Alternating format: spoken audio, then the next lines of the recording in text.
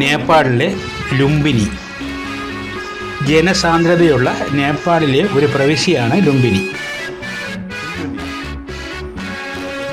ഇന്ത്യയോട് അടുത്ത് കിടക്കുന്ന പ്രദേശം.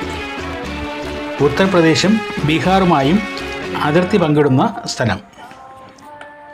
ശ്രീബുദ്ധൻ്റെ ജന്മസ്ഥലമാണ് ഇവിടം.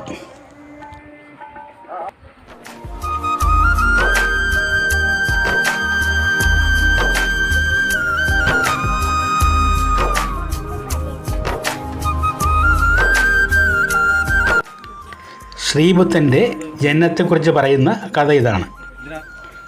കപിലവസ്തുവിലെ രാജ്ഞി മായാദേവി ശ്രീബുദ്ധനെ ഗർഭം ധരിച്ചു.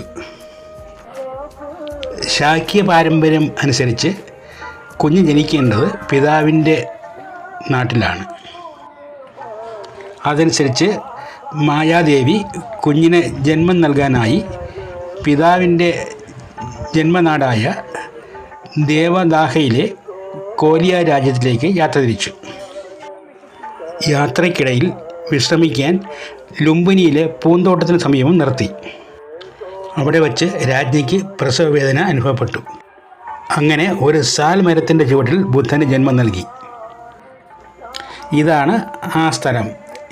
ഇവിടെ ഒരു ശിലാഫലകത്തിൽ ആ സ്ഥലം രേഖപ്പെടുത്തിയിട്ടുണ്ട്. ശ്രീബുദ്ധൻ്റെ തിരുശേഷിപ്പുകളും കൊട്ടാര അവശിഷ്ടങ്ങളും സൂക്ഷിക്കുന്ന സ്മാരകമാണ് ഈ കാണുന്നത്.